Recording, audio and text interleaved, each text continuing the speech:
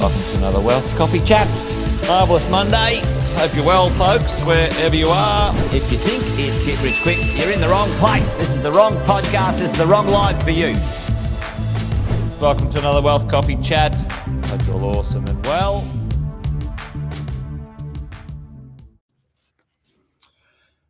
Morning, everyone. Sunny Wednesday here in Brisbane. Hope it's the same for you. A couple of people jumping on. Oh no, Alex, I've got no audio, have I? Hopefully you can hear me. Give me a shout out in the chat team if you can hear me okay. Hopefully you can, Alex. So all's good there. So good morning to you as well. Yes, look, it's not Jason Witten here today. If you haven't sort of seen me around the Traps before team, my name's Cass Sjostedt, representing the property management group here out of the 6-star team, and here to talk all things property management today. Usually about just after 8 o'clock, 10 past 8, we jump on a Wednesday. So we've sort of taken over. Got myself a coffee. I've actually got myself a sign too. So hopefully that looks all right. It's coming through all right on your end because it looks pretty flashy from my end. And talk all things property management here on a Wednesday morning. So let me know, team. All good. Audio's good.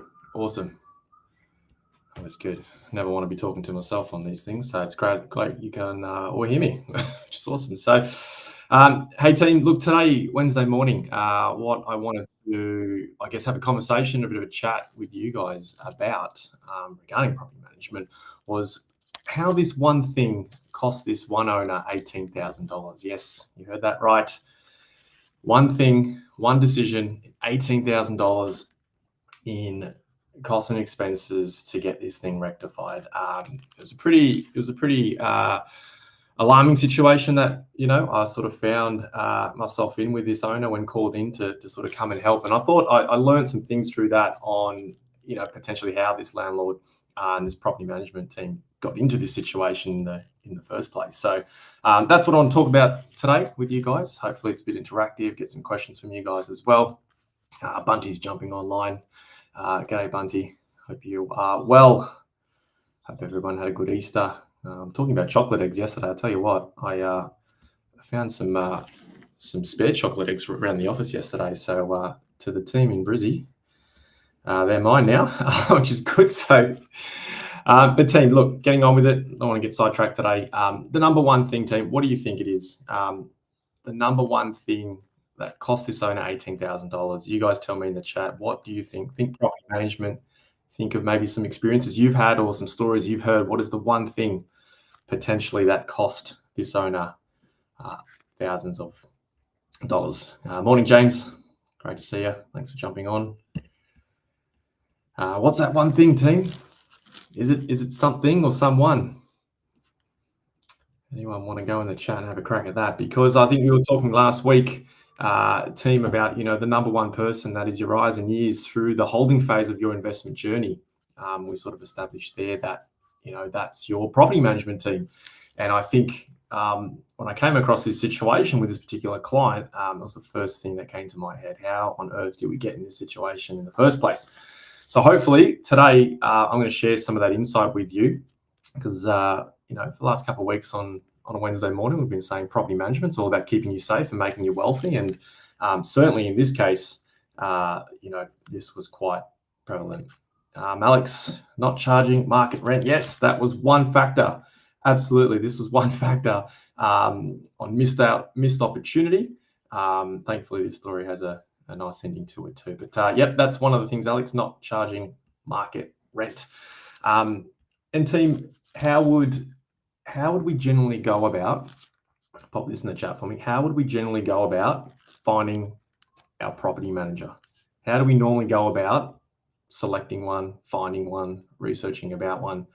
What's the normal process as a landlord, as an investor, that we do to go about that process? Morning, Luke. Good to see you last week. Thanks for jumping on. So, team, normally when we go and select a PM or try and find a PM to partner with, we jump online, we go to Google, maybe we get a referral, maybe we just take a recommendation. Yeah, Alex has just nailed it as soon as I said a personal recommendation. Absolutely. G'day, Jeff. Hope you're doing well, mate. Actually, Jeff, I was out at Ascot, Flemington. I've got a video coming for you soon, so stay tuned for that one. I was there last week. But other than Google, reviews, word of mouth, personal recommendations. The other thing we generally look to find, or how we go about finding property management teams, is usually there's a combination of just looking for the cheapest agent, right? So 1-2%, and usually that 1 or 2% different in the management fees. Honestly, team, usually 1 or 2 cups of coffee a week, right? Now I get it, cups of coffee are not as what they used to, don't cost us what they used to be, but it's one of the factors in there. And sort of this one thing around selecting the property manager to go the distance with you for 10, 15 plus years honestly cost this owner $18,000 in their share. What that looks like right now. Chris, you sort of nailed it there. Is that coming up? Hopefully it is. No, it's not. There it is. This tech, how good. Usually without research, people use the agent they sold the property. Yeah, that's absolutely right. Maybe we're not as attentive. Maybe we're being a bit passive through that selling process. We're excited. We've just bought it. We've just acquired this property, and we just go with what's put in front of us. So my tip today is going to be about, according to who and comparing to what. So what's my point, team? How did selecting the wrong property manager cost this owner $18,000? Here's how. Anyone here, team, anyone throughout your holding phase, throughout your property management journey, anyone experienced significant damage at their property? Anyone experienced rent arrears or extended vacancy, loss of rent? Put that in the chat for me. Give me a brief overview of your experience in that space, because it happens, more often than not. 13 years in this industry, team, I certainly see the highs and lows, and it usually comes down to a few of these things, right? Damages, vacancy, tenancy issues, arrears, etc. And in this case, I said to the owner, how does that make you feel? Yeah. Bob says, not really. Awesome. You must have a great property manager, Bob. So that's what we want. So that's really good to hear. Jeff says, not yet, touch wood. Exactly. And how we avoid that, team, is putting some good processes in place, and selecting the right property management team to go the distance with you is going to absolutely help you influence that, right? So yeah, Luke says, luckily no, and Alex says, of course, but minimal. Cool. So obviously it's about keeping you safe and making you wealthy, team. So, good PMs, they keep you safe, they make you wealthy. Not so good PMs, team. In this case, there's a few things that occurred that didn't go to plan, or wasn't thought about, or maybe there was a lack of experience or education. So, in this case, there was a lack of reference checks on the application forms. There was a lack of detail and thoroughness through routine inspections, entry condition reports, right? I might have to do another Wealth Copy Chat on that one, because, minimizing your risk is super important. Does the property manager on your team right now necessarily understand what a good insurance policy looks like for a landlord or not? Now, I'm not saying they need to be insurance brokers. That's definitely not what I'm saying. So an asterisk on that. But essentially, understanding, the length of rent cover, whether locks are recovered, tribunal costs are recovered, these sorts of things. And is your property manager able to handle sort of conflict and tenancy issues as they come up? Because Alex sort of alluded to, yeah, these things happen, right?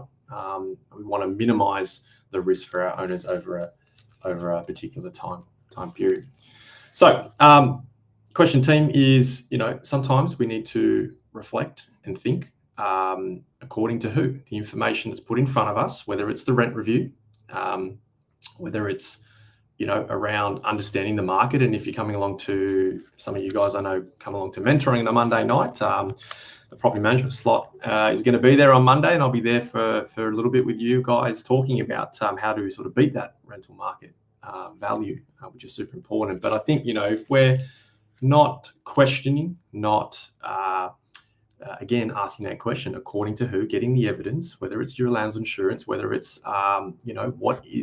what does a good routine inspection report look like? What does a good high standard entry condition report look like? These are the things we want to, keep an eye on, right? Be attentive, not necessarily be the passive owner, but good property managers make your life a little bit easier. Because when these things come up, team, when you do face challenges with damages, arrears, all the expenses that come with it to rectify it, what does that tend to bring on for the team, right? Because it brings, in this case, it brought on stress, was more pressure.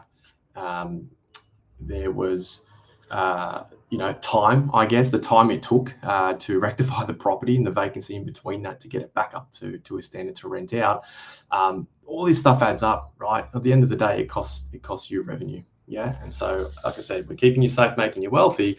And that wealthy part is about maximizing your revenue, right? Through rent review, through tenancy and occupancy.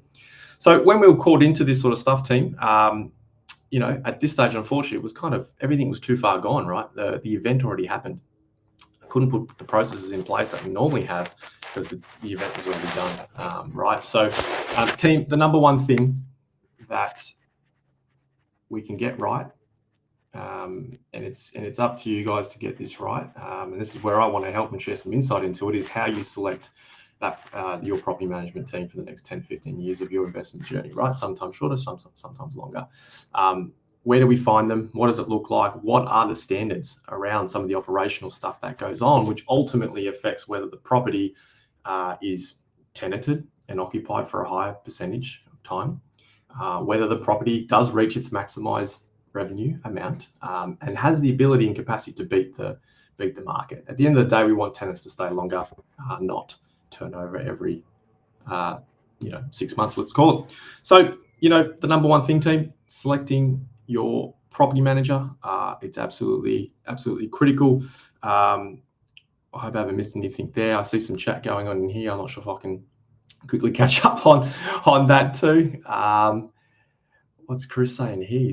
Someone's put a bullet hole in the wall and the property back in the 90s. Jeez, Chris, that sounds like a story there. So thankfully I haven't had that experience just yet. But again, it's the processes you put in place. It's the person, the eyes and ears on the ground team, through your property management group that are going to help you put the right things in place to avoid these situations. Unfortunately, in this case, right, when you don't have the right things in place and you don't have the right insurance and you don't have the right team providing some recommendations or providing the information in front of you, unfortunately, we don't make informed decisions. And ultimately, in this case, even the good PMs can't sort of, rectify when it's too late. So I guess my point today, team, is, if you haven't got some framework around how to select a property manager or understanding what good routine inspections look like, what good rent reviews look like, all the operational stuff that is a day-to-day thing for our property management teams out there in the marketplace, I would suggest let's go and build that out, team, because in this case, $18,000 was the cost out of pocket. You guys tell me in the chat. I'm sure none of you would like that. I'd like $18,000 in my pocket, coming in and maximizing that, not the other way around. So I hope you guys would agree with me in that place. I think certainly talking to Luke and Chris, who were online today, last week with some of their property, that we do right is maximizing that result. So team, I hope that's given you a bit of insight. How this one thing cost this owner $18,000 was the selection criteria around their property manager. So hopefully that allows you guys to start building out that framework, right? Any questions, obviously, it's popping up on your screen there to unpack a little bit further. But hey, it all starts with your property management team when you hit that holding phase of your investment journey, team. It's an exciting time, certainly comes with challenges, but you put the right framework in place and you'll certainly get through it. So that's my little 2 cents this morning here on a Wednesday. Hopefully it's still sunny where you guys are, because it certainly is here. So I'm certainly going to enjoy my Wednesday. Hope you guys are too. Just remember, team, when it comes to property management, it's about keeping you safe, making you wealthy. Thanks, team. See you next week.